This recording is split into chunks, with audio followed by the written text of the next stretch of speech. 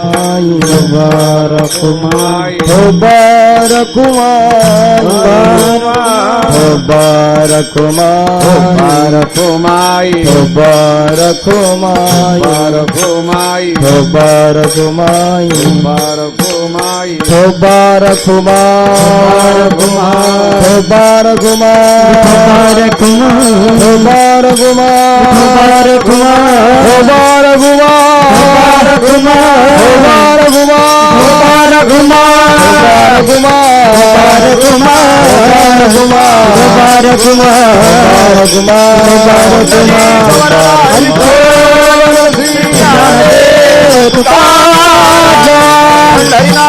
भगवान की जय।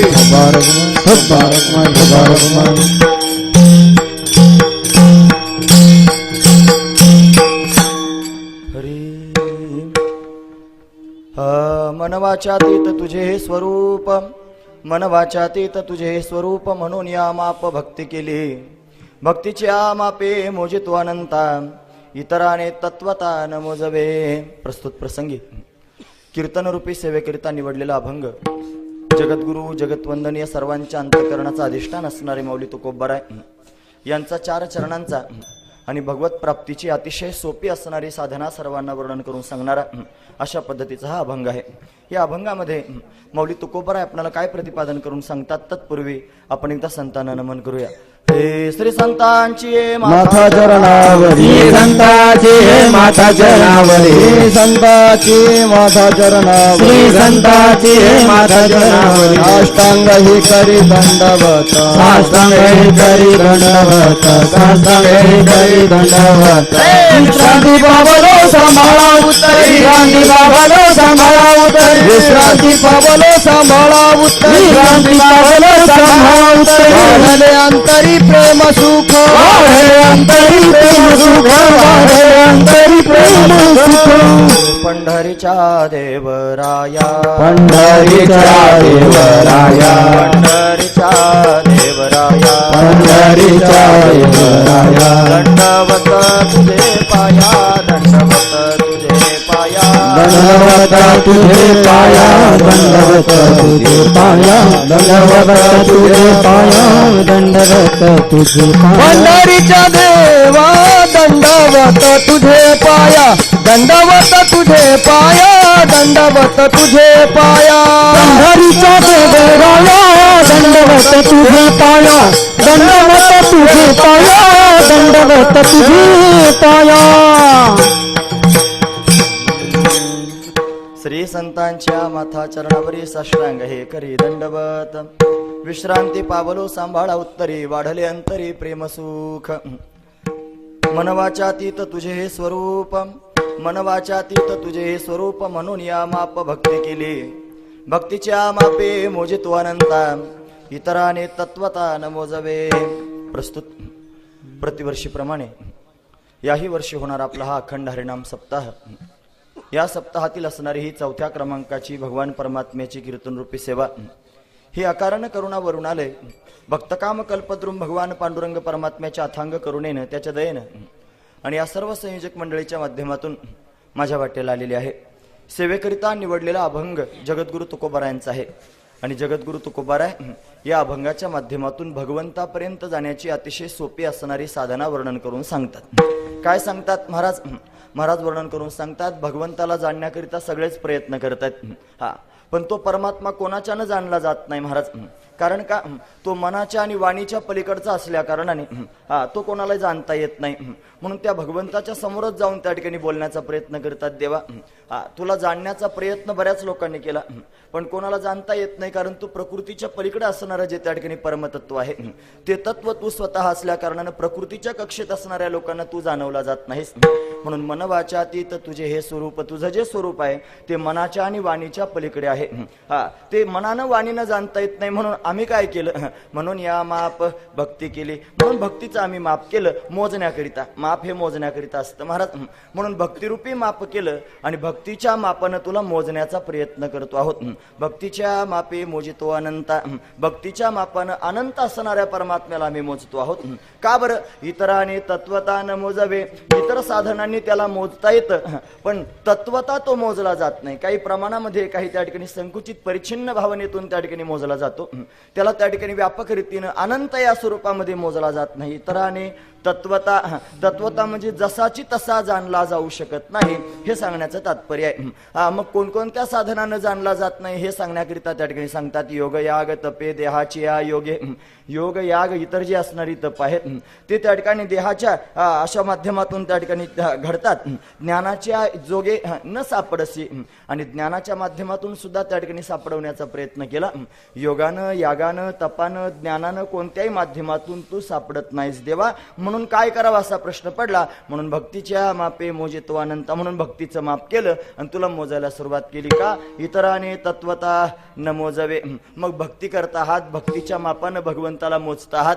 मग कशा पद्धतीनं मोजता? भक्ती करता म्हणजे नेमकं काय करता असं ज्या वेळेला त्या ठिकाणी विचारलं ना महाराज, तळ तुकोबराय सांगण्याचा प्रयत्न करतात. तुका म्हणे आम्ही भोळ्या भावे सेवा. आम्ही काय करतो आहोत तर भोळ्या भाबड्या भावानं फक्त देवा तुझी सेवा करतो आहोत, एवढंच आम्हाला करता येतं. आमची भक्ती म्हणजे काय?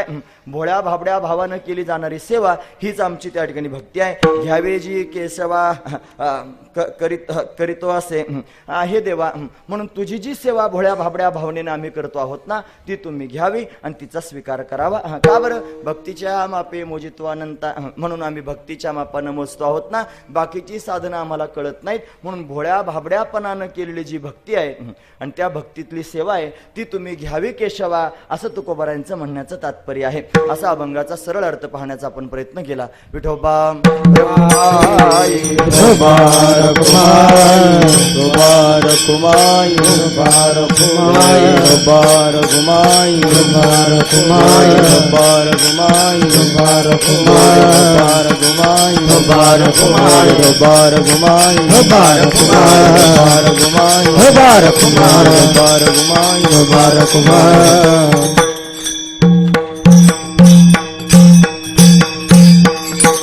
मनवाचातीत तुझे हे स्वरूप म्हणून या माप भक्ती केली. भक्तीच्या मापे मोजितो अनंता. इतराने तत्वता न मोजावे. गेल्या 2-3 वर्षांपासून या ठिकाणी हा भगवान सदाशिवाच्या सेवेचा योग प्राप्त होतो आहे. हरिभक्तीपरायण चाळक गुरुजी आहेत आणि सर्वच ग्रामस्थ आहेत. या सर्व ग्रामस्थांचं आमच्यावर प्रेम असल्या कारणानं ते या ठिकाणी आमंत्रित करतात आणि तुमच्या या उपकारानं त्या ठिकाणी महाराज भगवंताची सेवा करण्याचा हा योग प्राप्त होतो. आजही त्या ठिकाणी सेवा करायची आहे.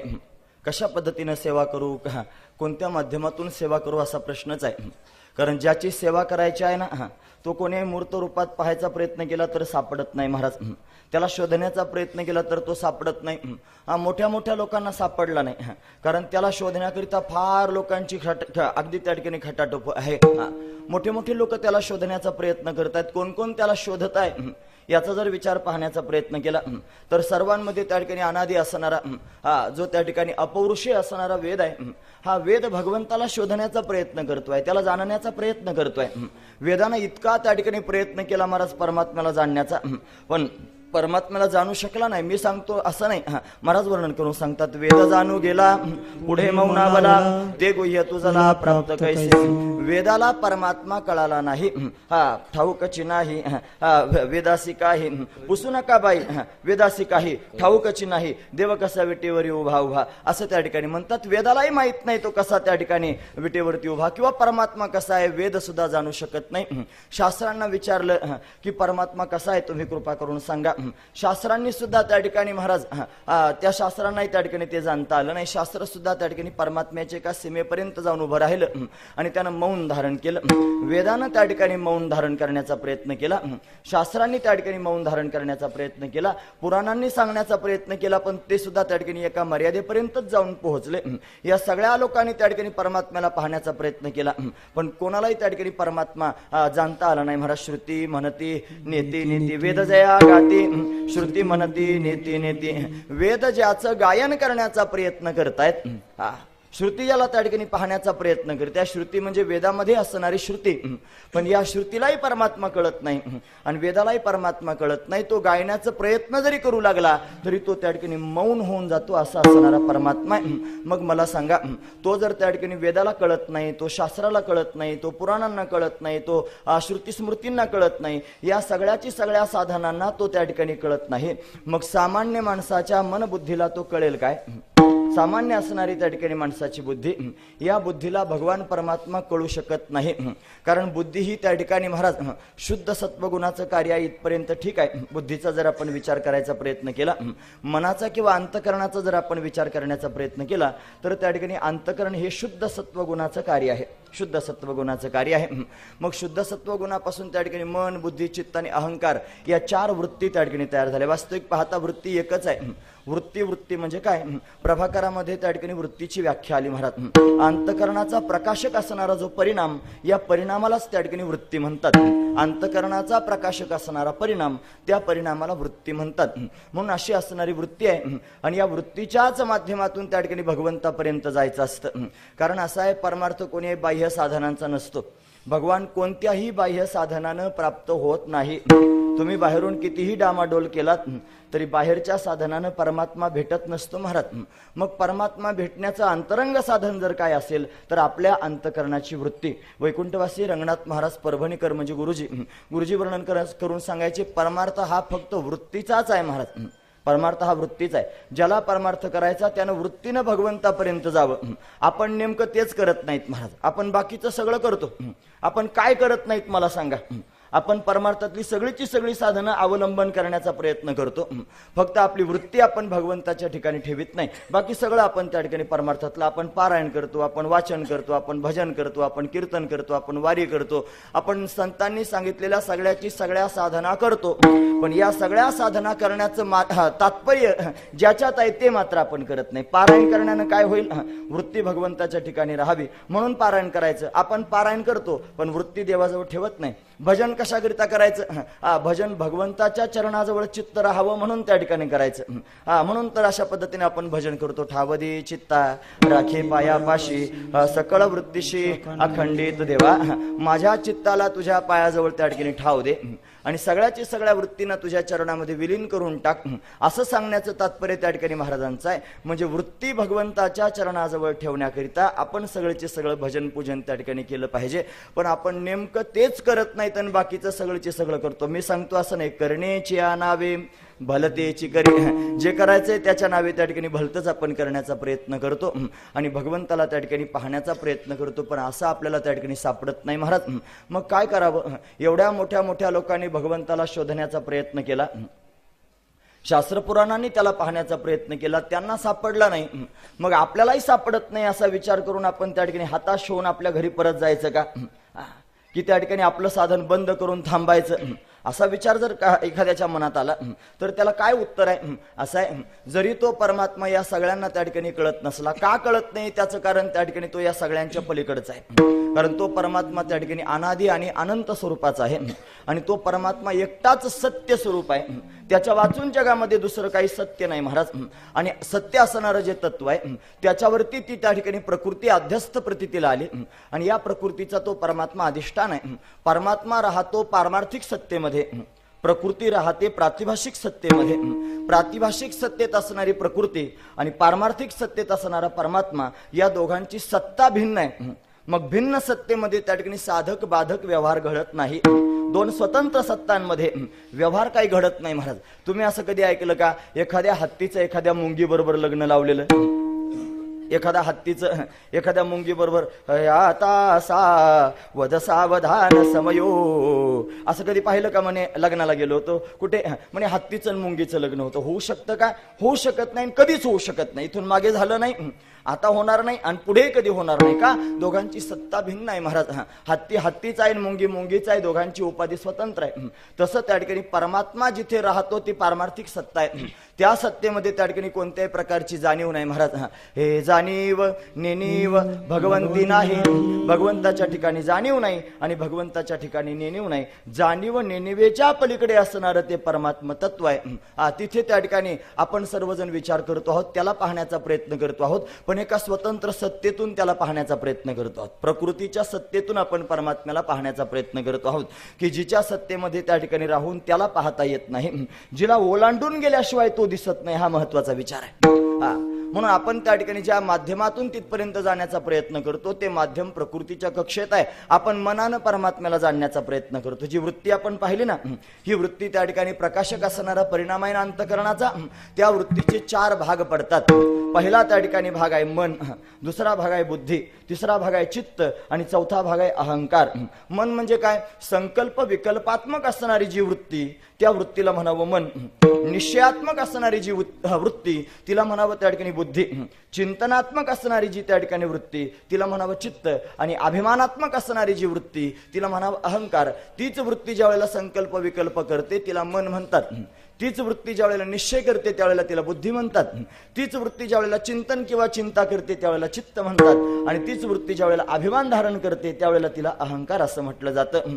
मग ह्या 4 रूपानं त्या ठिकाणी एकच वृत्ती पूर्णपणे प्रगट आहे महाराज. मग हा परमात्मा त्या ठिकाणी संकल्प विकल्पानं जाणला जाईल, हा परमात्मा त्या ठिकाणी निश्चयानं जाणला जाईल, हा परमात्मा त्या ठिकाणी चिंतनानं जाणला जाईल, की हा परमात्मा त्याचा अभिमान धारण केल्यानं जाणला जाईल, कोणत्या माध्यमातून जाणला जाईल असा प्रश्नच आहे महाराज.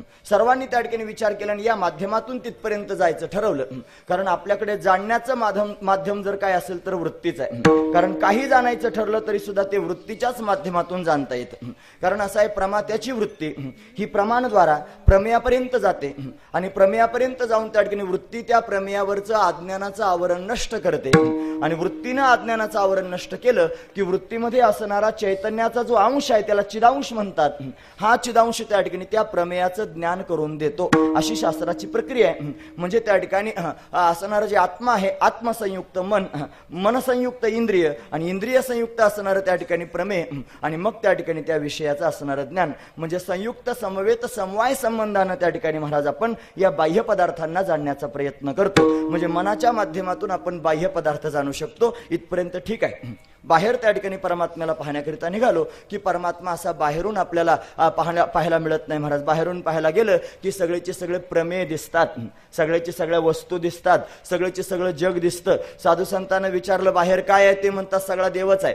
आणि आपल्याला जर विचारलं बाहेर काय, तू म्हणता मंडप आहे, इथं माणसं बसलेली आहेत, हे टाळ वाजवतायत, हे मृदंग वाजवतायत, तिथे मंदिर आहे, इकडं झाडं आहेत, इकडं रस्ता आहे, तिकडे गाड्या वाहत आहेत. आपल्या दृष्टीने हे दिसत आहे. आणि त्यांना जर विचारलं तर त्यांच्या दृष्टीने त्या ठिकाणी परमात्मा दिसतोय. याचं कारण काय? त्याच्या दृष्टीमध्ये त्या ठिकाणी फरक आहे महाराज. त्याच्या वृत्तीमध्ये असणारा त्या ठिकाणी हा फरक आहे. साधू संतांची वृत्ती परमात्मामय झालेली आहे आणि एका विशिष्ट असणाऱ्या दृष्टीने परमात्म्याला ते पाहण्याचा प्रयत्न करत आहेत. आणि त्याला त्या वृत्तीने पाहण्याचा प्रयत्न केल्यानं त्यांना त्या ठिकाणी परमात्मा त्याच्यामधून प्रत्यक्ष प्रतीतीला येतो आहे. हा त्यांचा अनुभव आहे महाराज. साधू संत वर्णन करून सांगतात, ऐसा ज्याचा अनुभव, ऐसा ज्याचा अनुभव, ऐसा जाता अनुभव, ऐसा जाता अनुभव, ऐसा जाता अनुभव, ऐसा जाता अनुभव, ऐसा जाता अनुभव, ऐसा जाता अनुभव, ऐसा जाता अनुभव. विश्वदेवा सत्याते, विश्वदेवा सत्याते, देवतया जवळया से, देवतया जवळया से, विश्वदेवा सत्याते, विश्वदेवा सत्याते, देवतया जवळया से, देवतया जवळया से. जाता अनुभव, विश्वदेव सत्याते, देवतया जवळया से, देवतया जवळया से. ऐसा जाता अनुभव, विश्वदेव सत्याते, देवतया जवळया से, देवतया जवळया से. ऐसा ज्याचा अनुभव विश्वदेव सत्यत्वे, देवतया जवळ असे पापनासे दर्शने. देवाला शोधण्याकरिता निघालेली जी माणसं आहेत ना त्यांना देव दिसतो आणि आपणही त्या ठिकाणी पाहतो. पण त्यांना जिथे देव दिसतो तिथे आपल्याला दुसरं दिसतं. आपल्याला जे दिसतं त्यांना ते दिसत नाही आणि त्यांना जे दिसतं ते आपल्याला दिसत नाही, हा फरक आहे. हा तुकोबराय सांगता सहज मी आंधळा गा निज निराकार पंथे सहज मी आंधळा सहज मी आंधळा निज निराकार पंथे सहज मी आंधळा वृत्ती हे वृत्त झाली जनन दिसे तेथे वृत्ती हे वृत्त झाली निवृत्त झाली निवृत्त झाली माझे हरपले ठाई जेथेच्या तेथे माझे हरपले माझे हरपले माझे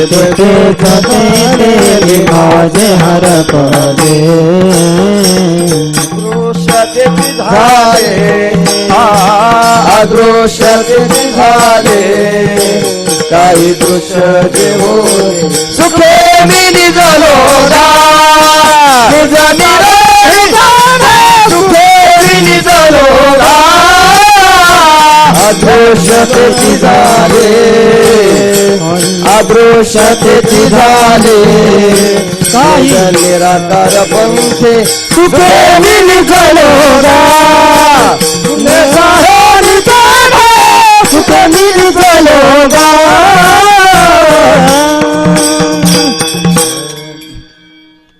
सहज मी आंधळा गा निज निराकार पंथे वृत्ती हे निवृत्त झाली जनन दिसे तेथे जनन दिसे तेथे मी माझे हरपले ठाई जेथेच्या तेथे अदृश्यतेची झाले काही दृश्य जे होते त्यांनी पाहायचा प्रयत्न केला त्यांना दृष्टी प्राप्त झाली आणि त्यांना जी दृष्टी प्राप्त झाली त्या दृष्टीनं त्यांना फक्त परमात्माच दिसू लागला. परमात्मा वाचून त्यांना दुसरं काही दिसत नाही.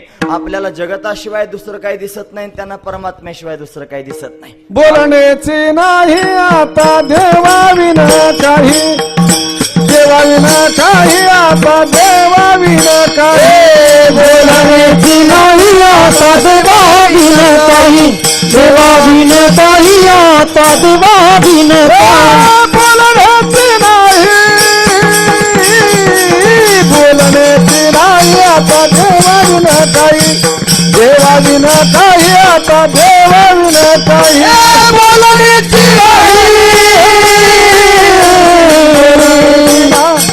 बोलण्याची नाही आता देवाविन काही देवाविन काही आता देवाविन काही बोलण्याची नाही आता देवाविन काही देवा वाचून दुसरं काही बोलायला शिल्लक राहिलं नाही महाराज. कारण का बाकीच्या साधनानं जर विचारलं, ज्ञानाला जर विचारलं परमात्मा कुठे राहतो, हे परमात्मा आहे का, तो म्हणतो हे परमात्मा नाही. मग याचं कारण परमात्मा आहे का, याचं कारणही परमात्मा नाही. कारण परमात्मा कोणाचं कार्य नाही, परमात्मा कोणाचं कारण नाही. तो कार्यकारणाच्या पलीकडचा आहे, त्याला कार्यकारण भाव त्या ठिकाणी संभवत नाही महाराज. तो त्याच्या मस्तीमध्ये मस्त आहे. कुठे कुठे त्या ठिकाणी सांगितलं जातं, भगवान स्वतः वर्णन करून सांगतात, हे मजचे स्तव झाले परी मिया नाही केले ऐसे जेणे जाणितले तो सुटला गा. हे माझ्यापासूनच निर्माण झालं आणि मी काहीच नाही केलं असं ज्यानं जाणलं आणि तो मात्र सुटला, असं त्या ठिकाणी हे गणित आहे महाराज. हे ज्याला जमलं, ही प्रक्रिया ज्याला त्या ठिकाणी बांधली, ज्यानं घटवली आणि त्याला खऱ्या अर्थानं दृष्टी प्राप्त होते महाराज.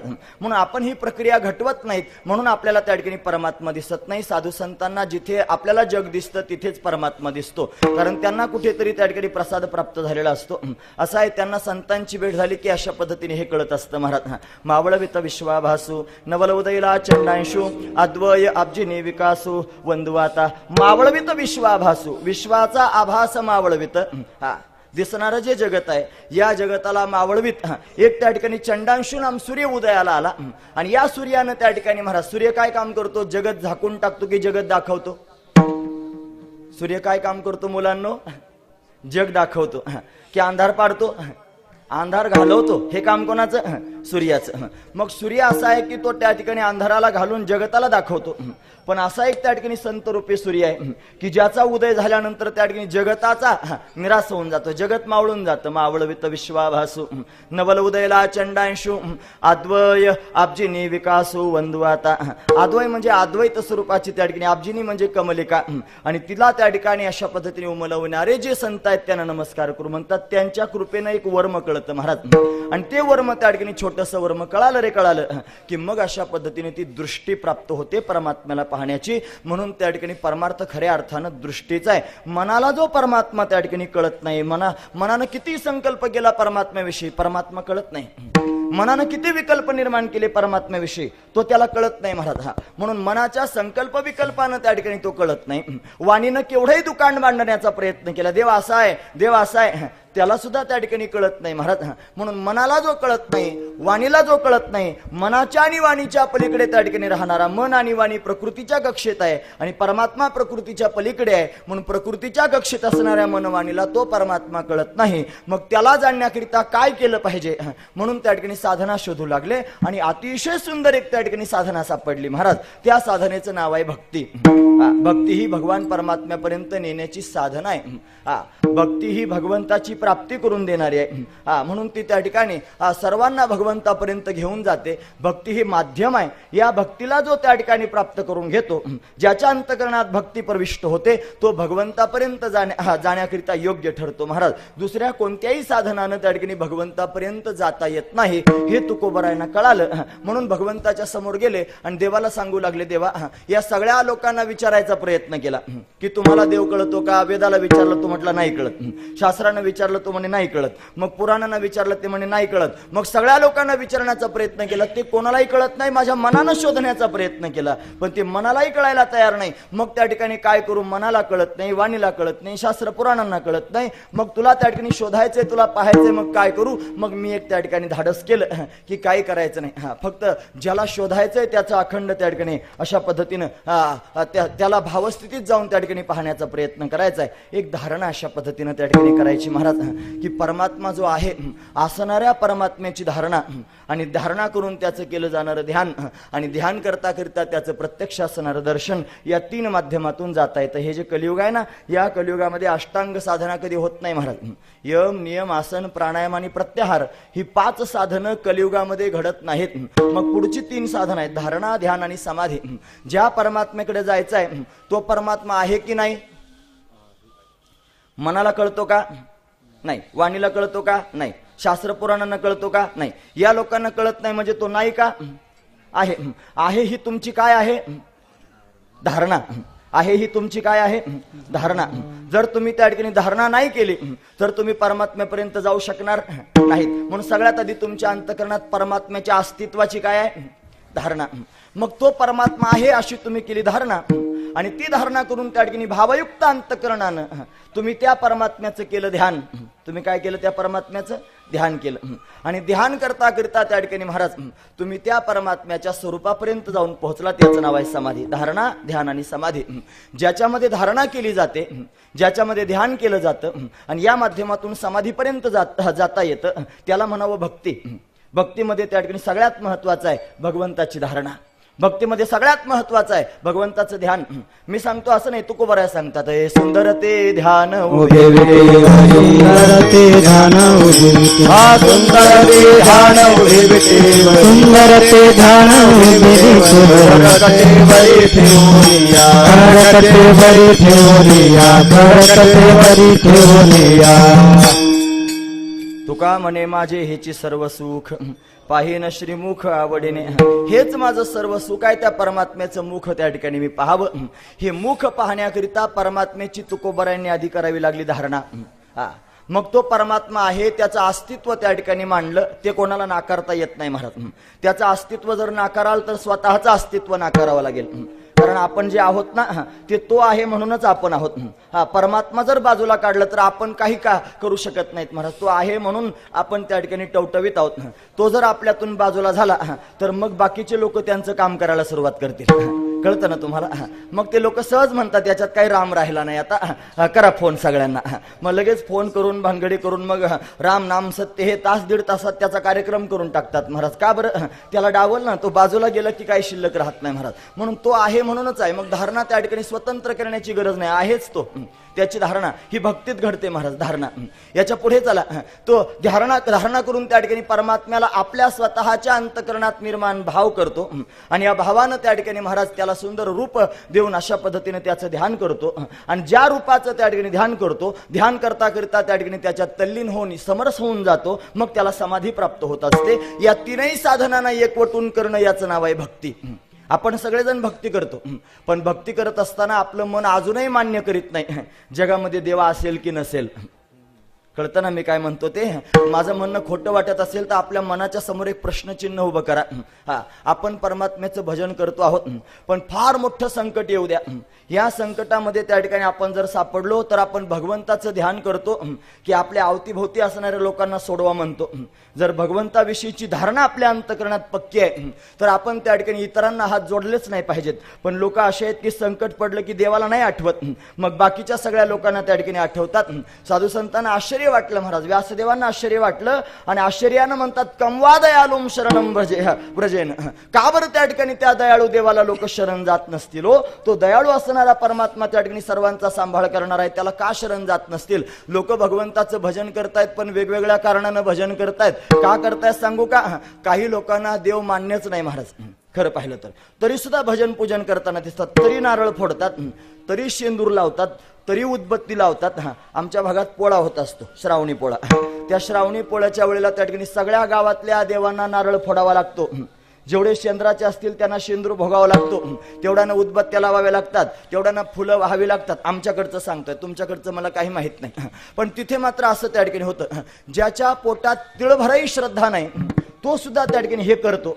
त्याला जर कोणी विचारलं तू हे का करतो, तो म्हणतो देव आहे की नाही देव जाणे, मला काही माहित नाही देव आहे की नाही. पण जर असलाच योगायोगानं जर असलाच आणि जर मी नारळ फोडला नाही, जर मी शेंदूर लावला नाही, जर मी उदबत्ती लावली नाही आणि तो देव जर कोपला तर विनाकारण नुकसान करून घेण्यापेक्षा 10 रुपयाचा नारळ वायाला गेलेला चांगला.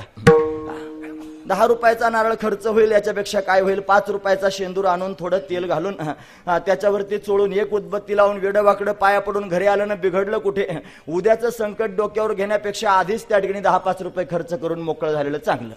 देवाच्या अस्तित्वाविषयी बिलकुल त्या ठिकाणी त्याच्या अंतकरणात भाव नाही. देवाचं अस्तित्व तो मानत नाही, पण भीतीनं भगवंताचं भजन करतो. हे भजन भक्तीमध्ये नाही, ही भक्ती नाही महाराज. पण भक्ती त्याची खरी आहे जो अंतकरणामध्ये भगवंताच्या अस्तित्वाची पूर्णपणे धारणा करतोय की आहे भगवान, तो भगवान आहे.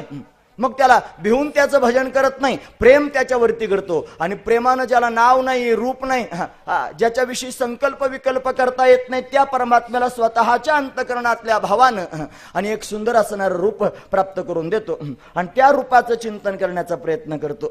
आणि त्याचं चिंतन करता करता त्या ठिकाणी महाराज स्वतःला त्याच्या सोडून देतो. आणि एकदा का त्यानं स्वतःला प्रेमानं त्या भगवंतात सोडून दिलं की याचं अस्तित्व संपून जातं आणि तो त्या अनंत असणाऱ्या तत्वामध्ये विलीन होऊन जातो. हे भक्तीचं सार्वभौम असणारं साधन आहे महाराज. हे तुकोबारांना कळालं, म्हणून तुकोबारा विचारपूर्वक देवाच्या समोर जाऊन बोलण्याचा करता प्रयत्न करतात. देवा, अरे तुझं त्या ठिकाणी स्वरूप असं आहे जे मनाला वाणीला कळत नाही, म्हणून मी ठरवलं की मी धारणा करीन, मी ध्यान करीन आणि मग तुझ्या स्वरूपामध्ये मी विलीन होईन. हीच माझी भक्ती आहे आणि हे भक्तीचं खरं माप आहे. तू जरी अनंत असलास तरी सुद्धा माझ्या या भावभक्तिरूपी मापानं तू माझ्या समोर उभा राहशील, मला दर्शन देशील, अशी माझी पूर्ण असणारी त्या ठिकाणी धारणा आहे. म्हणूनच त्या ठिकाणी मी हे माप तयार केलेलं आहे अभंगाच्या पहिल्या चरणात. मानवाच्या तीत तुझे स्वरूप, मानवाच्या तीत तुझे स्वरूप, मानवाच्या तीत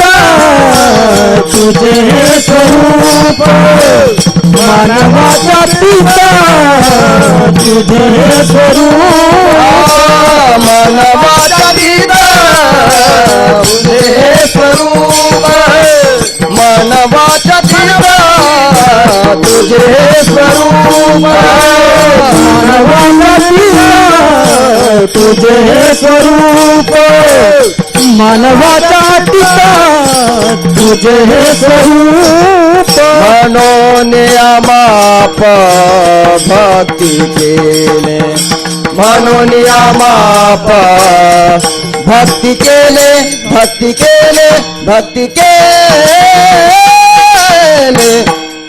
भक्तीची मापे मोजितो आनंद भक्तीची मापे मोजितो आनंद म्हणून माप भक्ती केले म्हणून माप भक्ती केले भक्ती केले भक्ती केले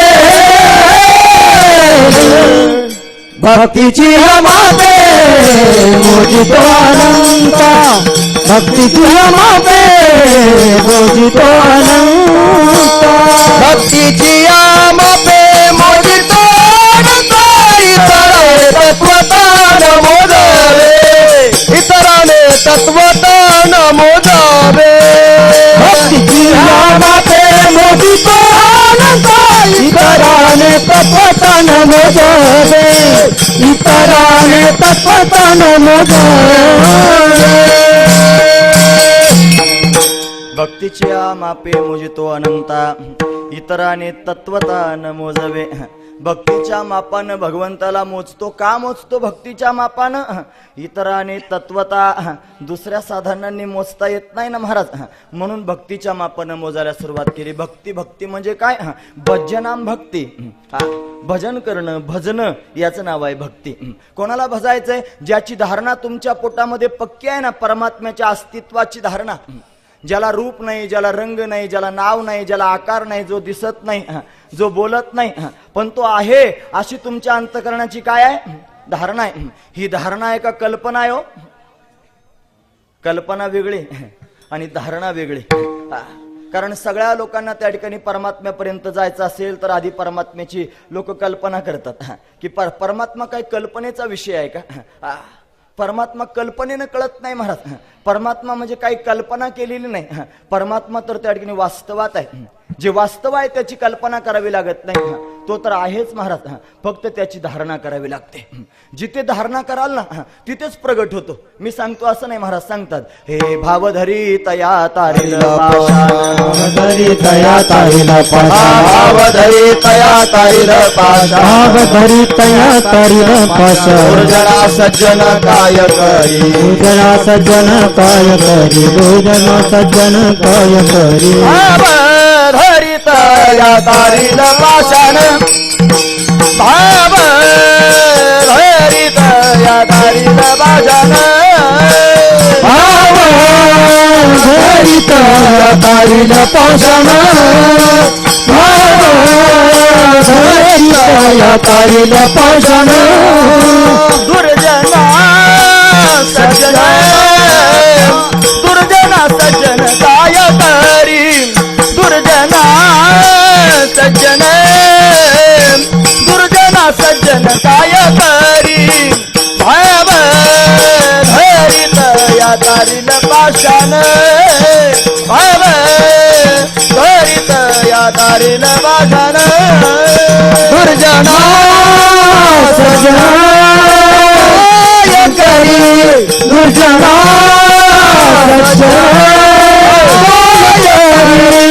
भाव धरित तारील पाशान भाव धरित तारील पाशान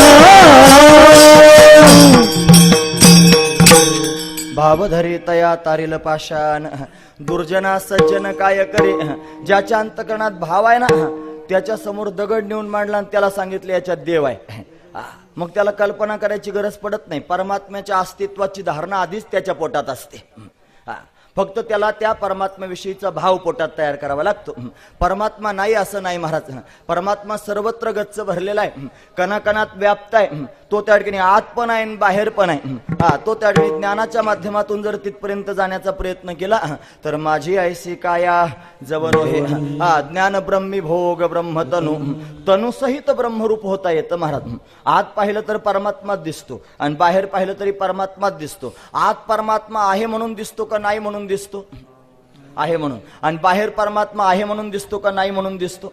आहे म्हणून. बाहेरही परमात्मा आहे आणि आतही परमात्मा आहे, तो आहेच ना. फक्त तुम्ही त्याला नाही म्हणत होतात म्हणून घोटाळला होतात. बस कोणत्या तरी माध्यमातून तुमची धारणा पक्की झाली की तो आत आणि बाहेर गच्च भरलेला आहे. अशी धारणा एकदा पोटात पक्की झाली की भाव धरला की तिथे त्या ठिकाणी प्रगट होत असतो महाराज.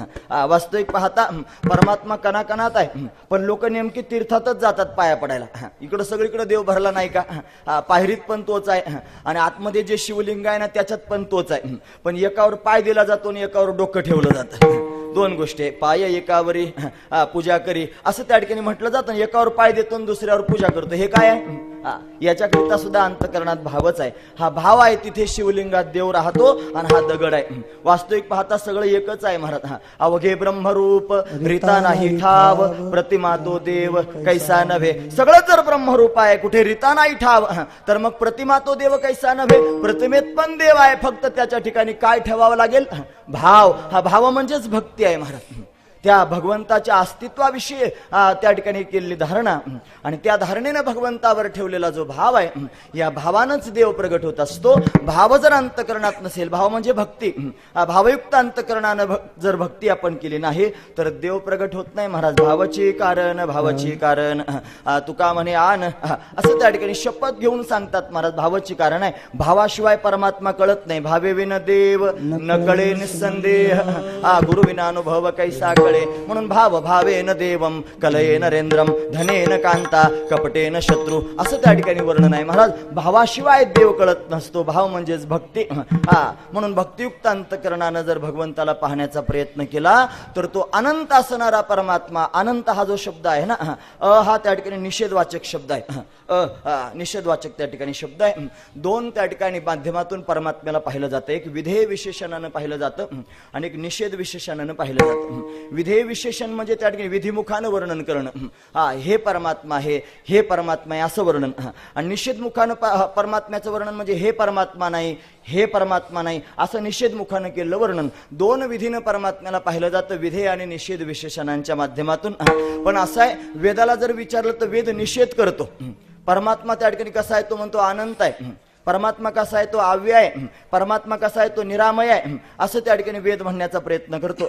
पण भक्तीला जर त्या ठिकाणी विचारण्याचा प्रयत्न केला, वेद जसं नेती म्हणतो, पण भक्ती मात्र त्या ठिकाणी सर्वमिती म्हणते. हे परमात्मा आहे का? वेदाला विचारलं ते म्हणे हे परमात्मा नाही.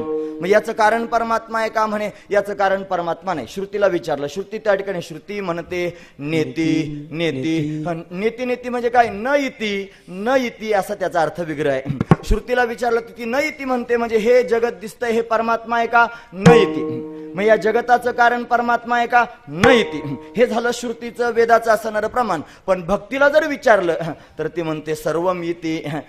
कुठे आहे परमात्मा? अरे हे सगळं परमात्माच आहे. बहुनाम जन्मना मानते ज्ञानवान माम प्रपद्यते वासुदेव सर्वम इति स महात्मा सुदुर्लभा. वासुदेव सर्वम, सगळंची सगळं भगवानच आहे. म्हणून सगळेची सगळे समोरून येणारे जे घटक आहेत ना, हे घटक परमात्म्याला सोडून नाहीत महाराज. म्हणून अशा माध्यमातून भक्तीत प्रवेश केला, हीच खरी भक्ती आहे. मी सांगतो असं नाही, जे जे भेटे भूत ते मानिजे भगवंत, हा भक्ती योग निश्चित जाण माझा. भक्ती म्हणजे काय? अरे समोरून जेवढे त्या ठिकाणी माणसं येतील ना, जे जे भेटे भूत ते मानिजे भगवंत. मानिजे म्हणजे आहे म्हणून मानायचंय का नाही म्हणून? आहे म्हणून तुम्ही कोणालाही मानाल का? खरं सांगा. तुमच्या पुढे जर समजा एखादा माणूस, आपण एखादा शीख समाजाचा माणूस उभा केला, त्याला त्या ठिकाणी सुंदर राखाडी कलरचा अशी पगडी बांधली, असं जॅकेट त्या ठिकाणी घातलं महाराज, त्याला तो संपूर्ण त्या ठिकाणी असा पेहराव तयार केला, थोडीशी दाढी पांढरी शुभ्र त्याची आहे, त्यानं चष्मा त्या ठिकाणी लावला, त्याला समोर आणलं आणि सर्व लोकांच्या समोर सांगितलं हे मनमोहन सिंग आहेत. तुम्ही मान्य कराल का? मग का मान्य नाही करणार? तुम्हाला माहिती आहे मनमोहन सिंग कसे आहेत ते, तुम्हाला माहिती आहे. तुम्ही असं कोणालाही मनमोहन म्हणणार नाही. त्यानं किती मनाला मोहून घेतलं ना दुसऱ्यानं, तरी तुम्हाला ते मनमोहन वाटणार नाहीत. बरोबर आहे ना? हे जसं आहे ना, तसं त्या ठिकाणी मानिजे शब्दानं त्या ठिकाणी काय सांगायचंय? बळच मानायचंय का? तुम्ही जसं कोणत्याच गोष्टीला बळच मानित नाहीत ना, तसं भगवंताला तरी बळच कसं मानाल? जो आहे त्यालाच मानाल, नाही त्याला कसं मानाल? सगळ्यात महत्वाचा मुद्दा आहे. परमात्मा आहे, हा त्याचं अस्तित्व आहे. फक्त त्या अस्तित्वाला जाणून त्याची धारणा करून त्याच्या ठिकाणी भाव धारण करायचा आहे आणि त्या भावानं त्या ठिकाणी त्याला मानायचंय. काहीतरी माना, काही माना. मग तो समोरून येणारा जो जीव आहे की नाही, त्या जीवामध्ये परमात्मा त्या ठिकाणी बघा, जे जे भेटी भूत आपण म्हणतो ना, ते मानिजे भगवंत. आणि हाच खरा भक्ती योग आहे. भक्ती म्हणजे काय? हे भक्ती ते न मन वैराग्य तो त्याग, भक्ती ते न मन वैराग्य भक्ती ते न मन वैराग्य तो त्याग, भक्ती ते न मन वैराग्य तो ज्ञान ब्रह्मी भोग ब्रह्मतनु, त्याग ब्रह्मी भोग ब्रह्मतनु, त्याग ब्रह्मी भोग ब्रह्मतनु. भक्ती ते नमन, वैराग्य तो त्याग, ज्ञान ब्रह्मी भोग ब्रह्मतनु. भक्ती म्हणजे काय? नमन. नमायचं म्हणजे कुठे नमायचं? जे दिसेल त्याच्या समोर नमायचं. काय म्हणून नमायचं? देव म्हणून नमायचं. मी सांगतो असं नाही, देखील या वस्तू ते उजलुटी मीच म्हणून, मग वाढ धाकुटे न म्हणती, सजीव निर्जीव नेनती, देखील या वस्तू ते उजलुटी मीच म्हणून भगवान स्वतः सांगतात. मग ते लहान लहान मोठं म्हणत नाही. वाढ धाकुटे म्हणजे लहान मोठं ते म्हणत नाहीत. सजीव निर्जीव नेनती, ते सजीव निर्जीव या दोन गोष्टीला मानत नाहीत. मग काय करतात? त्यांच्या समोर जे दिसेल त्या दिसणाऱ्या वस्तूला परमात्मा समजून त्या ठिकाणी उजलुटी म्हणजे आनंदानं लुटतात. मीच म्हणून, तो मीच आहे असं समजून त्याच्यातून परमात्म्याचा आस्वाद घेण्याचा प्रयत्न करतात महाराज. त्याला पाहून त्याला त्या ठिकाणी परमात्मा त्यांना त्याच्यात दिसतो आणि परमात्मा त्याच्यात दिसला की त्या परमात्म्याचा आस्वाद त्या ठिकाणी घेतात. लोकांना त्या ठिकाणी वाटत असेल हे वारकरी बावलटच आहेत, वाटेल त्याच्या पाया पडतात, जे दिसेल त्याच्या पायालाच लागतात महाराज. असे काही वारकरी सापडतात ना महाराज, ते पाया पडल्याशिवाय सोडतच नाहीत महाराज. मग ते लहान लेकरू असू द्या, म्हातारा माणूस असू द्या, कोणी असू द्या, प्रत्येकाच्या पायाला लागतात. का बरं? त्यांना चांगल्यापैकी माहिती आहे याच्यात काय आहे, देव आहे. त्याच्यात देव आहे असं समजून त्याच्या पायाला लिगडतात, त्याच्या पायावर आपलं मस्तक त्या ठिकाणी ठेवतात. काय म्हणून? देव म्हणून ठेवतात. बाकीच्या लोकांनी जर हे पाहिलं तर त्यांना वाटतं काय बावळटपण आहे, हे सगळ्या लोकांच्या पाया पडतंय, कोणाच्याही पायाला हात लावतंय. असं त्या ठिकाणी पाहण्याचा दृष्टिकोन कोणाचा? सामान्य लोकांचा. पण जो पाया पडतो त्याचा दृष्टिकोन काय आहे? परमात्मा हा दृष्टिकोन आहे. फक्त दृष्टिकोन बदलायचा आहे, फक्त भाव बदलायचा आहे. आपली दृष्टी विकारी आहे, आपल्या दृष्टीमध्ये विकार आहे, म्हणून आपल्याला त्या ठिकाणी हे कळत नाही. ज्या दिवशी आपल्या वृत्तीतला विकार निघून जाईल त्या दिवशी आपण सुद्धा सर्वांच्या पाया पडायला लागू. काय म्हणून? वासुदेव सर्वम इति, हे सगळं परमात्माच आहे. हे ज्यानं कळतं त्याचं नाव आहे भक्ती. म्हणून दुसऱ्या साधनाने असं कळत नाही, दुसऱ्या साधनाने हे पाहायला मिळत नाही, दुसऱ्या साधनानं त्या ठिकाणी अशा पद्धतीने परमात्म्याच्या आनंदापर्यंत जाता येत नाही. म्हणून त्या ठिकाणी भक्तीचं माप केलं आणि या भक्तीच्या मापानं भगवंताला मोजतोय महाराज वर्णन करून सांगतात. भक्तीची मापे मोजितो अनंता, भक्तीची मापे मोजितो अनंता, भक्तीची मापे मोजितो अनंता, भक्तीची मापे मोजितो अनंता, भक्तीची मापे मोजितो अनंता, भक्तीची मापे मोजितो अनंता, भक्तीची मापे मोजितो अनंता, भक्तीची मापे मोजितो अनंता. इतराने तत्वता न मोजवे, इतराने तत्वता न मोजवे, भक्तीची मापे मोजितो अनंता, भक्तीची मापे मोजितो अनंता. इतराने तत्वता मोजवे, इतराने तत्वता मोजवे, भक्तीची मापे मोजितो अनंता, भक्तीची मापे मोजितो अनंता. भक्तीची मापे मोजितो अनंता, इतराने तत्वता न मोजवे. दुसऱ्या साधनांना मोजता येत नाही, फक्त भक्तीचंच असं माप आहे की ज्या मापानं अनंत शब्द वापरला. अनंत म्हणजे ज्याचा अंत लागत नाही, असा अनंत स्वरूपाचा जो परमात्मा आहे त्या परमात्म्याला मोजता येतं. फक्त भक्तीनंच मोजता येतं, दुसऱ्या कोणत्याही साधनानं मोजता येत नाही. मग कोणत्या साधनानं मोजण्याचा तुम्ही प्रयत्न केलात आणि त्या साधनांच्या माध्यमातून काय घडलं असं जर कोणी विचारलं तर अभंगाच्या 3ऱ्या चरणामध्ये त्याचं वर्णन करून सांगतात महाराज. हे योगयागत पे देहाची योग योगयागत पे देहाची योग याग तपे ध्याची आयोग याग तपे ध्याची आयोग ज्ञानाची या लागे न सापडसी ज्ञानाची लागे न सापडसी ज्ञानाची लागे न सापडसी ओ योग याग तपे हो योग याग तपे देहाची आयोगे योग याग देहाची आयोगे योग याग देहाची आयोगे योग याग तपे देहाची आयोगे योग याग तपे देहाची आयोगे योग याग तपे देहाची आयोगे योग याग तपे देहाची आयोगे तपे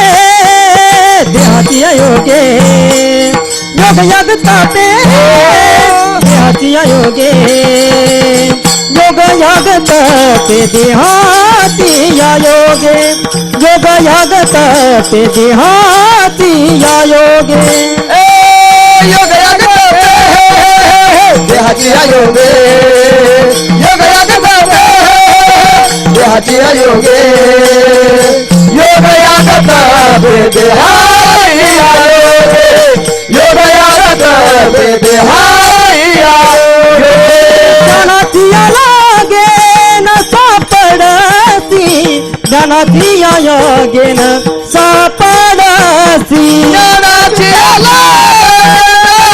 सापडसी ज्ञानाची ज्ञानाची लागे न सापडसी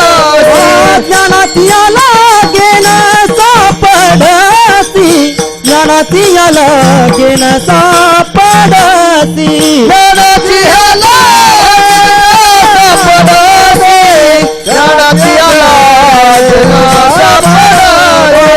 ज्ञानाची लागे न सापडसी ज्ञानाची लागे न सापडसी न सापडसी भक्तिया मापे मुझको अनंता भक्तिया मापे मुझको अनंता भक्तिया मापे मुझको अनंता भक्तिया मापे मुझको अनंता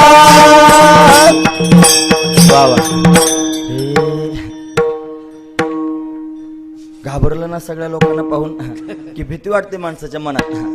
नवीन नवीन आम्ही भजन म्हणायचो महाराज. असं जायचो काकड्याला, सकाळ पहाटेच काकड्याला जायचो. माईकमध्ये भजन म्हणायचो आणि ते काय करावं, स्वरही कळत नाही, तालही कळत नाही, अशी अवस्था होती. आणि मग ते बेसूर वाटायचं लोकांना. एक चांगले त्या ठिकाणी गाणारे होते आमच्या गावातले, चांगले गाणारे होते. त्यानं ते धार काढता काढता गायची, ऐकलं भजन, रोज ऐकायचे. आणि ते आलो आम्ही काकड्याचं भजन करून, दिवस उगावला होता. त्यांच्या दारावून जायचं. प्रसंग आला ते, हे डॉक्टर इकडे. म्हातारं होतं ते, इकडे म्हटलं की मी गेलो. म्हणे आम्ही गावात राहावं की नाही. पहिला प्रश्न विचारला, गावात राहावं की नाही. म्हणा काय झालं म्हणा बाबा, तुम्हाला काय झालं. कोणीकडे बोंबलता म्हणजे स्वर नाही, ताल नाही, तुम्हाला समजत नाही, कोणीकडे आरडाओरडा करता. फार वाईट वाटलं महाराज. फारच अंतकरण व्याकुळ झालं. आणि मग मात्र त्या ठिकाणी महाराज काय करावं, काही सूचना त्यालाही कळालं, हे बावळलंय म्हणून. आता आपल्या बोलण्यामुळे त्या ठिकाणी वाईट वाटलं. देवाच्या समोर त्या ठिकाणी गेलो, फक्त विनंती केली, देवा मला काय स्टेजवर गायला जायचं नाही रे, मला काय कोणाला दाखवण्याकरिता गायचं नाही. मला मनापासून वाटतं की तुझं भजन म्हणावं, चांगलं म्हणावं, गोड म्हणावं, सरळ सरळ चाली म्हणाव्यात. आणि तेवढ्या मला म्हणता आल्या तरी पुरे झालं. एवढंच मागणं मागितलं. काहीच कुठे न शिकायला जाता सुद्धा देवानं मला ते दिलं. मला वाटतं माझ्या पोटापुरतं ठीक आहे, याच्यापेक्षा जास्त मला नकोय. मला हा हा हो हो काही करता येत नाही. पण आपल्या अंतकरणामध्ये जर भगवंताविषयी प्रेम असेल तर त्या प्रेमानं जर आपण गायलं तर भगवान सहज त्या ठिकाणी देतो. मग ज्या एक दिवशी असंच त्या ठिकाणी झालं. गावामध्ये त्या ठिकाणी सप्ताह चालू असताना हरिपाठाला त्या ठिकाणी गेलो. हरिपाठामध्ये गवळण म्हटलो महाराज मी. ती गवळण म्हटल्यानंतर तेच संध्याकाळची धार काढून तेच बाबा गवळण कोण म्हणताय म्हणून पाहण्याकरिता आले. आणि दरवाजातच चौकटीला हात देऊन उभे राहिले. आणि सगळी गवळण वगैरे म्हणून झाल्यानंतर आले. मग पाठीवरून हात फिरवला. म्हणे अरे डॉक्टर तुम्ही म्हणता. म्हणे हो मीच म्हणतो. एवढं चांगलं म्हणता. म्हणे कसं काय म्हणता. म्हणे तुम्ही म्हणले होते ना त्याचा परिणाम झाला. त्याचा परिणाम झाला. मग त्यानं मला एक मंत्र शिकवला. म्हणे तुम्ही आधी फार घाबरत होते ना, असं घाबरलं नाही पाहिजे म्हणे. मी तुम्हाला एक मंत्र सांगतो. तुम्हाला जर चांगलं कीर्तन करायचं असलं, तुम्हाला जर चांगलं त्या ठिकाणी बोलायचं असलं, तुम्हाला जर चांगलं भजन म्हणायचं असलं तर एक मंत्र त्या ठिकाणी सांगतो. काय मंत्र सांगितला सांगू? फार महत्वाचा मंत्र आहे बरं. ज्यांना ज्यांना लोकांच्या समोर बोलायचंय, ज्यांना ज्यांना गायचंय त्यांनी ध्यानात ठेवायसारखं. कोणी देवाधर्माचा मंत्र नाही, सोपा आहे. त्याने सांगितलं गायन करण्याकरिता जाऊन उभं राहिलं की मनामध्ये अशी पक्की धारणा करायची. तिथे आली धारणा की हे समोर बसलेले सगळेची सगळे बावळट आहेत. कळतं ना? हे सगळेची सगळे बावळट आहेत आणि मी एकटाच फक्त शहाणा आहे.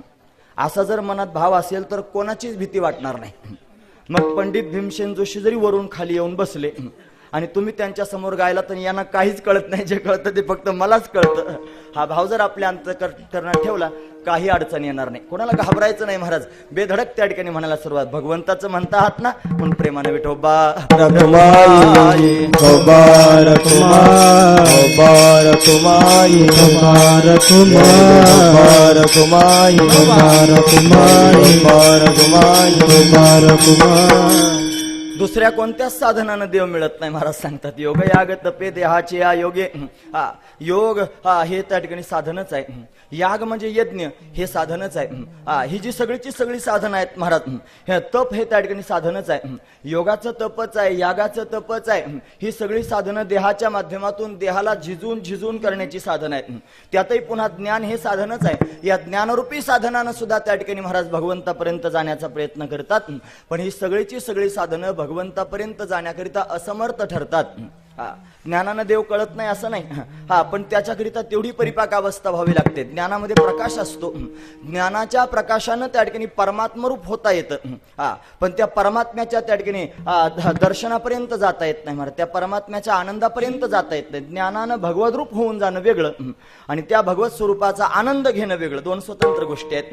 म्हणून त्या ठिकाणी भगवत रूप होता येतं ज्ञानानं, पण भगवंताचा आस्वाद घेता येत नाही ज्ञानानं. म्हणून त्या ठिकाणी ज्ञान हे सुद्धा त्या ठिकाणी साधन कमीच वाटलं. सगळेची सगळे ज्ञानी योगी जपी तपी सगळेची सगळी लोक त्या ठिकाणी भगवंताला पाहण्याचा प्रयत्न करतात आणि ते म्हणतात परमात्मा अचल आहे. परमात्म्याशिवाय त्या ठिकाणी जगात काही नाही. तो त्या ठिकाणी अचल आहे. त्याच्या ठिकाणी रंग नाही, रूप नाही, गुण नाही, आकार नाही, काही नाही. अशी त्या ठिकाणी ज्यांच्या अंतःकरणात धारणा आहे अशी असणार आहे. त्या ठिकाणी या प्रत्येक गोष्टीमध्ये धारण्याची गरज आहे. पक्क लक्षात ठेवा. योगाच्या माध्यमातून गेलात तरी अष्टांग साधना आहे आणि त्याच्यातले शेवटचे 3 अंग आहेत महाराज, धारणा, ध्यान आणि समाधी. ज्ञानाच्या माध्यमातून जरी गेलात तरी तिथे सुद्धा त्या ठिकाणी त्या परमात्म्याच्या अस्तित्वाची धारणा करावी लागेल. मग सच्चिदानंद रूप असं त्याचं ध्यान करावं लागेल आणि मग त्याच्यात विलीन होऊन त्याची त्या ठिकाणी समाधी प्राप्त होईल. ज्ञानाच्या माध्यमातून धारणा आणि भक्तीच्या माध्यमातूनही धारणाच आहे. परमात्म्याच्या अस्तित्वाची धारणा आणि मग त्याला सगुण रूपात त्या ठिकाणी पाहून त्याचं केलं जाणारं ध्यान आणि ज्याचं ध्यान करतोय त्या ठिकाणी त्याच्या माध्यमातून तिथपर्यंत जाणं. असं आहे. निर्गुणी पावले सगुणी भजता. नाथ महाराज वर्णन करून सांगतात. विकल्प धरिता जिव्हा झाडे. जो कोणी याच्यात विकल्प निर्माण करेल तो त्या ठिकाणी खऱ्या अर्थानं तिथपर्यंत पोहोचू शकणार नाही. नाथांचं प्रमाण आहे. सगुणामधूनच निर्गुणापर्यंत जाता येतं. म्हणून आधी सगुणाला त्या ठिकाणी भजलं पाहिजे. ही त्या सगुण स्वरूपाची केली जाणारी धारणा, त्याचं ध्यान आणि मग तिथपर्यंत त्या ठिकाणी जाता येतं. त्या भक्तीच्याच माध्यमातून तिथपर्यंत सहजासहजी जाऊन पोहोचता येतं. एकदा काय झालं माहितीये का, गोकुळामध्ये त्या ठिकाणी भगवंताचं चिंतन करणारे अनेक गोपिका आहेत. या गोपिकांनी एकदा वृंदावनामधून सुंदर सुंदर फुलं तोडून आणली. या फुलांची हार तयार करायला सुरुवात केली महाराज. आणि हार तयार करत असताना त्या ठिकाणी त्याच मार्गाने एकदा दुर्वासाजी जात होते महाराज. दुर्वासा ऋषी रस्त्यानं ते जात असताना त्यांनी त्या ठिकाणी दुर्वासाजींना बोलावलं त्या गोपिकांनी आणि बोलावून त्या ठिकाणी म्हणायला सुरुवात केली, ओ बाबा तुम्ही तिकडून येत आहात, कृपा करून मला सांगा ना, तुम्ही आमच्या श्यामसुंदराला पाहिलं का? आमचा श्यामसुंदर तिकडे त्या ठिकाणी गेला होता, तो तुम्हाला दृष्टिक्षेपात आला का? कारण आम्ही त्याच्याकरिता ही त्या ठिकाणी फुलांची माळ ओवतो आहोत. ही माळ त्याला द्यायची आहे. तो त्या ठिकाणी तुम्हाला कुठे दिसला का? दुर्वासाजी चमकले, जवळ येऊन उभे राहिले गोपिकांच्या आणि त्यांना सांगू लागले, तुम्ही वेडे आहात. तो परमात्मा इतका सहजासहजी कोणालाही भेटत असतो का? तुम्ही खेड्यातल्या गावरान असणाऱ्या स्त्रिया, तुम्हाला काय त्या ठिकाणी परमात्मा स्वरूपाचा बोध? अरे त्याला प्राप्त करून घेण्याकरिता योग करावा लागतो, त्याला प्राप्त करून घेण्याकरिता याग करावा लागतो, त्याला प्राप्त करून घेण्याकरिता तप करावं लागतं, त्याला प्राप्त करून घेण्याकरिता सायास करावे लागतात. त्याच्या प्राप्तीकरिता ज्ञान अंतःकरणात असावं लागतं आणि मग जन्मोजन्मीची तपश्चर्या करून तो परमात्मा कळत असतो आणि तुम्ही सहज त्या ठिकाणी त्याला भेटण्याचा प्रयत्न करतात. असा कसा तुम्हाला भेटेल? एवढं त्या ठिकाणी ते गोपिकांबरोबर बोलले. गोपिकांनी त्यांचं बोलणं पूर्ण होऊ दिलं आणि म्हटले, ओ बाबा तुमचं बोलणं झालं का? म्हणे झालं. मग आता तुम्ही जा. म्हणे कसं काय जा म्हणतात? एवढं मी तुम्हाला तत्वज्ञान सांगतो आणि तुम्ही जा म्हणता. का बरं जा म्हणतात? म्हणे तुमचा काहीतरी गैरसमज झाला. काय गैरसमज झाला? तुम्ही ज्याला देव म्हणता आहात, तुम्ही ज्या माध्यमातून देवापर्यंत जात आहात, तुमचा देव काही स्वतंत्र असेल. आमचा देव असा नाही.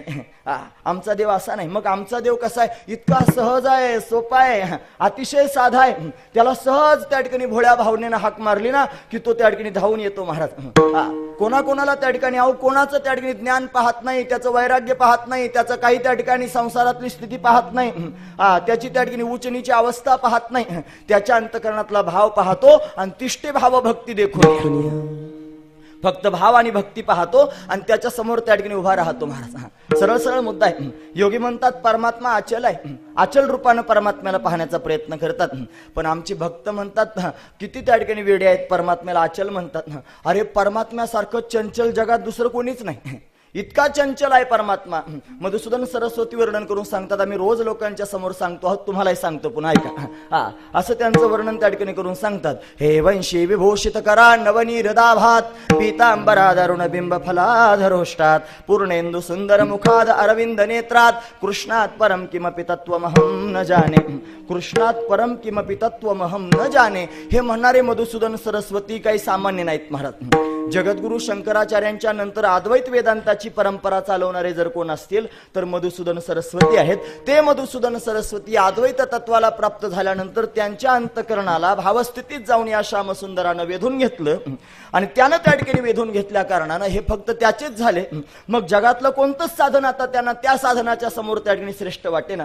त्यांना योग साधना श्रेष्ठ वाटेना, त्यांना ज्ञानार्जन श्रेष्ठ वाटेना. त्यांना काय बाकीची सगळीची सगळी साधनं फिकी वाटू लागले आणि एकच साधन त्या ठिकाणी खरं वाटू लागलं की त्या भगवंताची भक्ती करणं, त्याला त्या ठिकाणी पाहणं. त्याने सुंदर रूप त्या ठिकाणी त्याला दिलेलं आहे. त्याला बाके बिहारी म्हणतात महाराज. बाके बिहारी का म्हणतात माहितीये?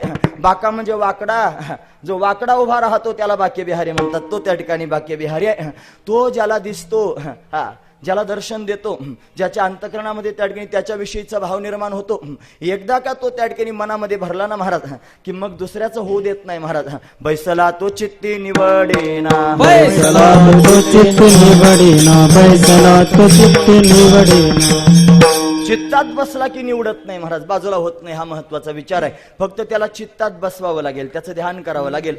जसं जसं ध्यान कराल त्याच्या जवळ जाल, त्याच्या डोळ्यात डोळे घालून त्या ठिकाणी पाहण्याचा प्रयत्न करा. ज्याचं जीवन निष्कलंक आहे ना तोच त्याच्या डोळ्यात डोळे घालून पाहू शकतो, दुसरा पाहू शकत नाही. आपल्या जीवनामध्ये जर काही कलंक असेल, आपल्या हातानं जर काही चुकलं असेल तर आपल्याला त्याच्या डोळ्यात डोळे नाही घालता. जो आबरूचा असेल ना तो त्याच्या डोळ्यात डोळे घालणार नाही महाराज. निर्लज्ज लोकाला काय, निर्लज्जम सदा सुखी, ते सदैव सुखी असतात, त्यांना काही घेणं देणं नसतं. पण जो खरंच आबरूचा आहे, जो खरोखर काटेकोरपणे वागण्याचा प्रयत्न करतोय, तो मात्र त्याच्या डोळ्यात डोळे घालून त्या ठिकाणी बोलू शकतो. त्याच्याकडे पाहतात महाराज आणि त्याच्या डोळ्याच्या माध्यमातून त्या ठिकाणी एवढं प्रेम प्राप्त होतं की मग मात्र तो मनातच घर करून बसतो महाराज. त्यानं फक्त एकदा आपल्याकडे पाहावं, त्यानं पाहिलं रे पाहिलं की भक्तीच्या माध्यमातून तो आपलासा होऊन जातो महाराज. साधू संत त्याला पाहतात आणि पाहून वर्णन करतात महाराज. तेरी अखिया है जादू भरी कन्हैया मैं तो कब से खड़ी, तेरी अखिया है जादू भरी बिहारी मैं तो कब से खड़ी,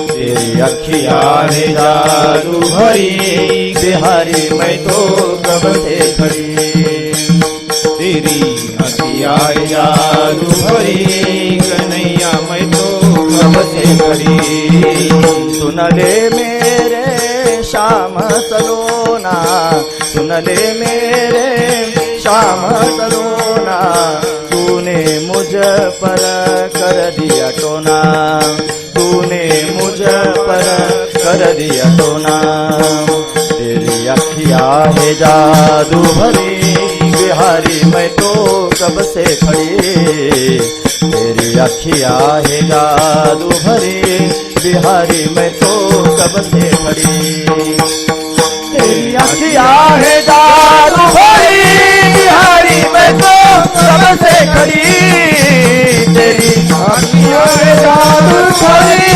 बिहारी मैं तो कब से खड़ी, तेरी अखिया है जादू भरी बिहारी मैं तो कब से खड़ी. सुन ले मेरे श्याम सलोने, सलोना तूने मुझ पर कर दिया टोना. टोना म्हणजे जादूगिरी केलीस बाबा. काय तुझी जादूगिरी आहे. तू मला मोहून टाकलंस. आता तुझ्या वाचून दुसरं काही सुचत नाही. हे ज्ञानानं होत नाही बरं, हे योगानं होत नाही, हे यागानं होत नाही, हे कर्मानं होत नाही. एवढं वेळ त्या ठिकाणी ज्ञान योगानं कर्मानं त्या ठिकाणी कशाने प्राप्त होत नाही. एवढं वेळ जर प्राप्त व्हायचं असेल तर भक्तीची गरज आहे. म्हणून अशा पद्धतीनं जो त्याची भक्ती करेल आणि भक्तीच्या माध्यमातून ज्याला भगवंताचं वेड लागेल, मग त्याला भगवंताशिवाय दुसरं काही दिसणारच नाही. मग भोळ्या भाबड्या भावनेनं भगवंताची सेवा करेल, मग ते जे परमात्मा तत्व आहे, जे मोठ्या मोठ्या योग्या जपी तपी संन्याशांना प्राप्त होत नाही, ते भोळ्या भावनेनं याला प्राप्त होतं. हा महत्वाचा विचार आहे. दुर्वासाजी केवढ्या काळापासून तपश्चर्या करतायत. त्यांना जो परमात्मा कळाला नाही, दिसला नाही, तो परमात्मा गोपिकांच्या अवतीभोवती खेळत होता. त्यांनी सांगितलं तुमचा देव काही वेगळा असेल, आमचा स्वतंत्र आहे. आमचा कन्हैया त्या ठिकाणी नाचतो. आम्ही जर ताकाची वाटी त्याच्या समोर ठेवली आणि त्याला जर त्या ठिकाणी म्हटलं, हे कृष्णा नाच रे पाहू दे डोळा, कान्हा नाच रे पाहू दे डोळा, नाच रे पाहू दे डोळा, कान्हा नाच रे पाहू दे डोळा. देव नाचणारे असं त्या ठिकाणी म्हणावं. मग ते नाचतं महाराज. देव जो योग्यांचा देव नाचेल का? नाही. ज्ञानी लोकांचा देव नाचेल का? नाही नाचणार. जे याग करणारे आहेत, देवाला अग्नीमधून आहुती टाकणारे आहेत, त्यांना जर म्हटलं अग्नीमध्ये देवा नाच रे, ते चटका देईल महाराज. ते नाचायचं नाही. अग्नीच्या माध्यमातून नाचत नाही, योगाच्या माध्यमातून नाचत नाही, ज्ञानाच्या माध्यमातून नाचत नाही, नाचल्याशिवाय राहत नाही. पण कशानं?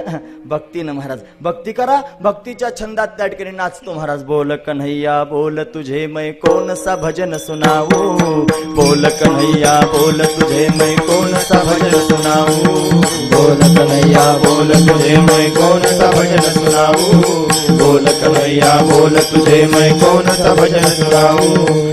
ऐसा कोई राग बता दे तू नाचे मैं गाऊं, ऐसा कोई राग बता दे तू नाचे मैं गाऊं. नचाता रहूं हर बार सावरे, नचाता रहूं हर बार सावरे, तेरा किसने किया श्रृंगार सावरे, तेरा किसने किया श्रृंगार सावरे, तेरा किसने किया श्रृंगार सावरे. बोल कन्हैया बोल तुझे मैं कौन सा भजन सुनाऊं, ऐसा कोई राग बता दे तू नाचे मैं गाऊं. नचाता रहूं बार बार सावरे, नचाता रहूं बार बार सावरे, तेरा किसने किया श्रृंगार सावरे, तेरा किसने किया श्रृंगार सावरे. देवाला नाचवता येतं महाराज. जो सगळ्या जगाला नाचवतो त्याला सगळे भक्त नाचवतात महाराज. त्याला नाचवता येतं, त्याला भीती दाखवता येते, त्याला भीती सुद्धा दाखवता येते. यशोदा राणीनं त्या ठिकाणी महाराज त्याला भीती दाखवली. कानाला पकडलं, हातात छडी घेतली आणि मारण्याचा प्रयत्न करते. जे अचल असणारं ब्रह्म लोक म्हणतात, ते ब्रह्म चंचल होऊन त्या ठिकाणी उभं राहतं आणि एवढ्या नटखट लीला करतं की भक्तिरूपी यशोदा त्याचा कान पकडते, हातात छडी घेते, मारण्याचा प्रयत्न करते. परमात्म्याला मारण्याचा अधिकार फक्त भक्तीलाच आहे, दुसरा कोणाला नाही महाराज. भक्ती जर पोटात आली तर परमात्म्याला अशी छडी दाखवता येते. खाशील का माती, खातोस का माती, खाल्लीस का सांग. ते घाबरून घाबरून म्हणतं ना हम भक्षितवानंब, मी माती खाल्ली नाही गाय. मग हे काय खोटं बोलतायत काय? सवे मिथ्याभिसंशिनः, हे सगळं खोटं बोलतायत. मग खरं काय आहे? यदि सत्यगिरस्तार हे, जर तुला खरं पाहायचं असेल, समक्ष पश्चिमे मुखम, माझं तोंड बघ ना, तुला खरं कळेल. आणि मग घाबरून घाबरून त्या ठिकाणी महाराज करून दाखवताय. कोण? परब्रह्म. कोणाच्या समोर? यशोदेच्या समोर. अवती भक्ती आहे ना, या भक्तीच्याच माध्यमातून परमात्मा आकळला जात असतो, दुसरा कशाने आकळला जात नाही. यानं वानरांना त्या ठिकाणी महाराज ते दहीदूध सगळं त्या ठिकाणी मटके फोडून टाकले आणि रबडा करून टाकला आणि वानरांना त्या ठिकाणी खाऊ घालू लागला. यशोदारांनी घरात दूध उतरवण्याकरिता गेले होते आणि आली महाराज त्या ठिकाणी धावत धावत. आल्यानंतर तिनं त्या ठिकाणी पाहिलं, आता याला त्या ठिकाणी पकडायचं आहे. हे सगळंचे सगळं त्या ठिकाणी दही दूध याचा नासाडा करून टाकला आणि वानरांना खाऊ त्या ठिकाणी घालतोय. थांब तुला पकडते म्हटली. अभिमानानं धावत होती पकडण्याकरिता. धावतेच आहे. पण धावत असताना त्या ठिकाणी भगवान हाती लागेना. त्याला सांगू लागले, अरे 8:45 थांबायचे, जरा थांब. असं त्या ठिकाणी म्हणू लागली तरी थांबे ना. काय केलं, असं धावतच सुटला महाराज भगवान. मग अशी अभिमानाने म्हणत होती, थांब कन्हैया, तुला आता पकडते, थांब कन्हैया. थांबलाच नाही महाराज. घामाघूम झाली कोण, भक्ती. कासावीस झाली कोण, भक्ती. दम लागला कोणाला, भक्तीला. भक्तीला त्या ठिकाणी दम लागतो, भक्ती कासावीस होते, भक्ती घामाघूम होते, भक्ती व्याकुळ होते. आणि व्याकुळ होऊन जमिनीवर गुडघे टेकवते आणि गुडघे टेकून हात जोडून म्हणते, कन्हैया थांबणार रे. असं ज्या वेळेला म्हणते ना भक्ती, त्यावेळेला अनंत कोटी ब्रह्मांड ज्याच्या रोमारोमात वास्तव्य करतात असा असणारा व्यापक माझा परमात्मा. आणि तो परमात्मा जो मनाला कळत नाही, वाणीला कळत नाही, वेदाला कळत नाही, शास्त्रांना कळत नाही, पुराणांना कळत नाही, कोणालाही कळत नाही, तो थांबतो. आणि थांबतो नाही, बांधला जातो. यशोदा राणीनं त्या ठिकाणी कन्हैया थांबणारे असं म्हणून त्या ठिकाणी व्याकुळ स्वरात हाक मारली. भक्ती व्याकुळ झाली आणि व्याकुळ झालेल्या भक्तीच्या माध्यमातून भगवान थांबले. थांबल्यानंतर बांधायला सुरुवात केली. मग हे साधन आहेत बरं. बऱ्याच दोऱ्या गोळा करून आणली. ज्ञानाची दोरी आणली, योगाची दोरी आणली, कर्मकांडाची दोरी आणली, या सगळ्याची सगळ्या यागाची दोरी आणली आणि या दोऱ्यांनी बांधण्याचा प्रयत्न केला. सगळ्या दोऱ्या कमी पडल्या, कोणत्याच दोरीने बांधता येईना महाराज. आणि मग मात्र त्या ठिकाणी महाराज एक विचार मनात आला, दोरीनं बांधलं जात नाही, सगळ्या दोऱ्या संपल्या, आता काय करू. पदरानंच बांधायला सुरुवात केली. पदर म्हणजे प्रेम, प्रेम म्हणजे भक्ती. पदरानं त्या ठिकाणी भगवंताला बांधलं आणि मग मात्र बांधला गेला महाराज. सांगा, ज्ञानाच्या दोरीनं बांधला का नाही, इतराने तत्वता न मोजवे.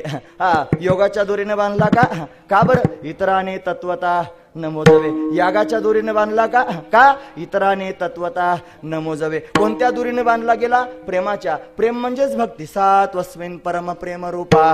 प्रेम स्वरूपच त्या ठिकाणी भक्ती आहे, नारदांचं सूत्र आहे महाराज. म्हणून प्रेम हीच भक्ती आहे, भाव हीच भक्ती आहे. आणि अशा पद्धतीनं प्रेमानं भावानं भगवंताची धारणा ध्यान करत करत त्याच्यात संत प्रवेश करतात, भक्त त्याच्यात प्रवेश करतात आणि त्या परमात्म्याला बांधण्याचा प्रयत्न करतात. पण तो परमात्मा सुद्धा बांधला जातो. हे तुकोबरायांना कळालं. म्हणून म्हणतात, मनवाच्या तीत तुझे स्वरूप, म्हणून या माप भक्ती केली. भक्तीच्या मापे मोजितो अनंता, इतराने तत्वता न मोजावे. दुसऱ्यांनी मोजता येत नाही म्हणून भक्ती करतो. ती कशी करतो, अभंगाच्या शेवटच्या. तुका म्हणे आम्ही भोळ्या भावे सेवा, तुका म्हणे आम्ही भोळ्या भावे सेवा, तुका म्हणे आम्ही भोळ्या भावे सेवा, तुका म्हणे आम्ही भोळ्या भावे सेवा. ज्ञानी जे केशवा करो ऐसे, ज्ञानी जे केशवा करू ऐसे, भक्ती प्रेम मापे मोजितो अनंते, भक्ती प्रेम मापे मोजितो अनंते. भावी केशवा करितो ऐसे, भावी केशवा करितो ऐसे, भक्ती मापे मोजितो अनंता, भक्ती मापे मोजितो अनंता. इतराने तत्वता न मोजती, इतराने तत्वता न मोजते, भक्ती मापे मोजिते अनंत, भक्ती मापे मोजिते अनंत. इतराने तत्वता न मोजवे, इतराने तत्वता न मोजवे, भक्तीच्या भावे मोजिते अनंत, भक्तीच्या भावे मोजिते अनंत. तुका म्हणे, तुकोबराय सांगतात, तुका म्हणे आम्ही भोळ्या भावे सेवा, द्यावीजी केशवा करीतो ऐसे. देवा, आम्ही भोळ्या भावानं तुझ्याकडे आलेलो आहोत, म्हणून तू सेवा आम्हाला दे. म्हणून तू सेवा द्यावीजी केशवा. हे केशवा, तू आम्हाला तुझी सेवा द्यावी आणि ती आम्ही त्या ठिकाणी करू. तुझ्या मनाला आवडेल अशी त्या ठिकाणी सेवा करण्याचा प्रयत्न करू. तुझ्या मनाला आवडेल अशी त्या ठिकाणी सेवा करणं हीच आमची भक्ती. याच्यापेक्षा कोणती वेगळी भक्ती नाही. तो परमात्मा आहे. त्या परमात्म्याला त्या ठिकाणी अशा पद्धतीने धारण करावं. धारण करत करत त्याला सगुण साकार रूपाचं त्याचं ध्यान करावं आणि ध्यान करता करता भावरूपी संबंध त्याच्याशी प्रस्थापित करावा आणि या भावरूपी संबंधातून त्या ठिकाणी महाराज त्याची सेवा करावी आणि या सेवेनं त्या ठिकाणी तो परमात्मा आपल्याला तो आनंद प्राप्त करून देईल नव्हे, त्याला त्या सेवेच्या माध्यमातून जाणता येईल. हा महत्वाचा विचार आहे. ती सेवा म्हणजे भगवंताची भक्ती. मग ती कोणत्याही माध्यमातून करू शकता. भगवंताची भक्ती श्रवण ही पण भक्तीच आहे, कीर्तन ही पण भक्तीच आहे. श्रवणम, कीर्तनम, स्मरणम, विष्णुपाद सेवनम, अर्चनम, वंदनम, दास्यम, सख्यम, आत्मनिवेदनम, या 9 प्रकारच्या नवविधा भक्ती आहेत. या 9 प्रकारच्या भक्तींनी भगवंतापर्यंत जाता येतं. कोणत्याही माध्यमातून भगवंतापर्यंत जा. मग मात्र बाकीच्या सगळ्या साधनांना करण्याची आवश्यकता पडणार नाही. जगाचा मालक सर्व समर्थ आहे. त्या परमात्म्याने जर मनात आणलं तर तुमची सगळ्या प्रकारची त्या ठिकाणी बंधनं तोडून टाकेल. मल, विक्षेप, आवरण सगळीची सगळी बंधनं स्वतः घालून ज्ञानरूपानं तुमच्या हृदयामध्ये प्रत्यक्ष प्रगट होईल. मग ज्ञानार्जनाकरिता स्वतंत्र साधन करण्याची आवश्यकता पडणार नाही. हा भगवंताचा स्वभाव आहे. तो तुकोबारायांना कळाला म्हणून भोळ्या भावानं भगवंतापर्यंत जाण्याचा प्रयत्न केला. कारण दुसरा कोणीही गाभोळा देवापर्यंत जाऊ शकत नाही. देवापर्यंत जर जायचं असेल तर फक्त भोळाच असला पाहिजे. तुका म्हणे भोळा जिंकू जाणे कळी काळा. हा फक्त भोळा असावा. भोळा म्हणजे ज्याला ते कळत नाही ना संसारातलं त्याला तुम्ही भोळा म्हणत जाऊ नका. त्याला सगळं काही कळत असतं. हे असलं त्या ठिकाणी भोळं नाही महाराज. भोळा म्हणजे काही घेणं देणं नाही. फक्त एकच गोष्ट आहे, निष्कपट आहे. आणि भगवंताकडे जाण्याची त्या ठिकाणी इच्छा आहे. तोच भगवंताला प्राप्त करून घेऊ शकतो. हा भाव तुकोबारायांना सांगायचा आहे. बोलण्यासारखं बरंच आहे, पण अजून दुसरं कीर्तन करायला जायचंय ना बोरीला. म्हणून 8:45 वाजलेले आहेत. 9:15 पर्यंत तिथे पोहोचायचंय म्हणून इथेच थांबलं पाहिजे. अशी भोळ्या भावानं सेवा भगवंताची कोणी कोणी केली त्यांचं भजन करून थांबू. हे ज्ञानेश्वर माऊली ज्ञानराज माऊली तुकाराम. ज्ञानेश्वर माऊली ज्ञानराज माऊली. ज्ञानेश्वर माऊली ज्ञानराज माऊली तुकाराम. ज्ञानेश्वर माऊली ज्ञानराज माऊली. ज्ञानेश्वर माऊली ज्ञानराज माऊली. ज्ञानेश्वर माऊली.